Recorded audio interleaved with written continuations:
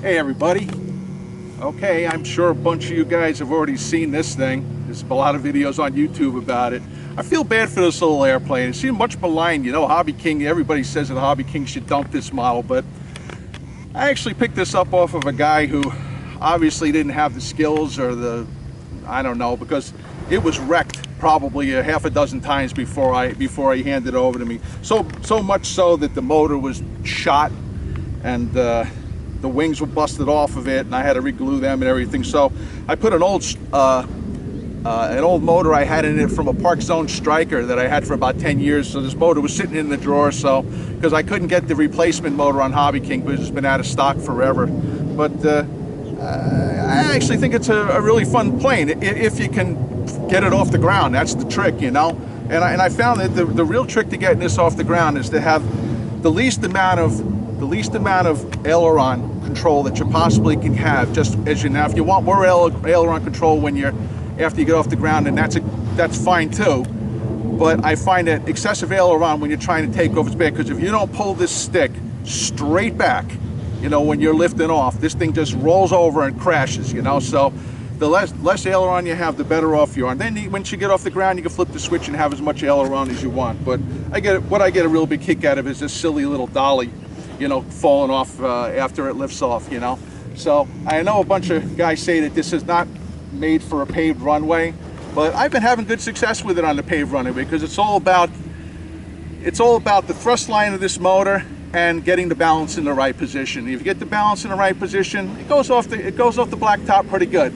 So let's see how we do today with it.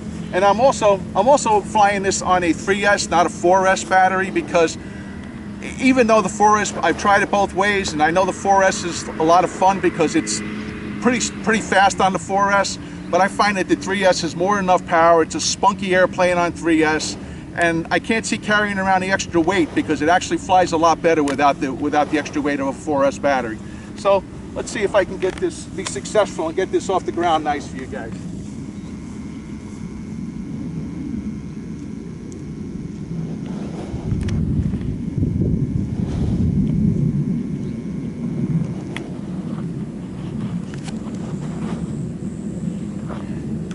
I just released the dolly already, so it was magnetized when I put it down, but I released it so when it lifts off, hopefully it'll fall right off.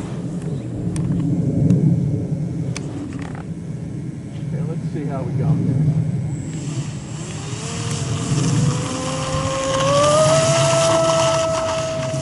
Here we go.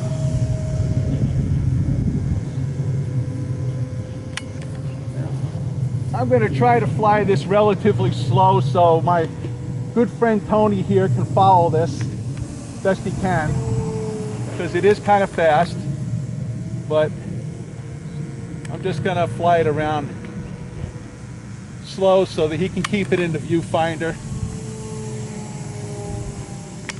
Well, I think this is a terrific little flying airplane. If you got the skills for this airplane, this is a lot of fun. I'll show you guys what I mean about the 3S. I'm going to get on it just once so you can see how it goes.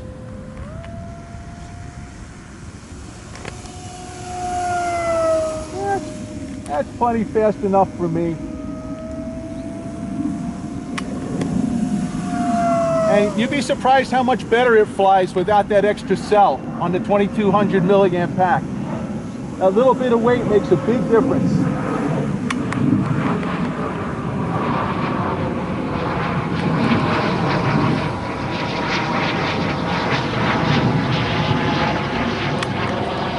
But to see how beautiful it took off the blacktop like it was nothing, it just was perfect.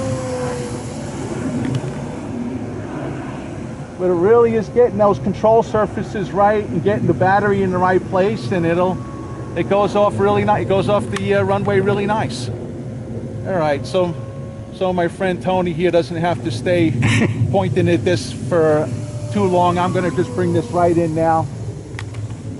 Hopefully show you a nice landing.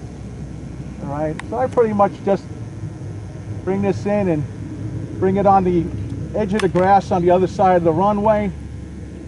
And there you go. And there it is, the HobbyKing ME-163 Komet, and I think it's great for something a guy was going to throw in the garbage. I resurrected it, and boy am I having fun. So there you go. Thanks for watching, gang.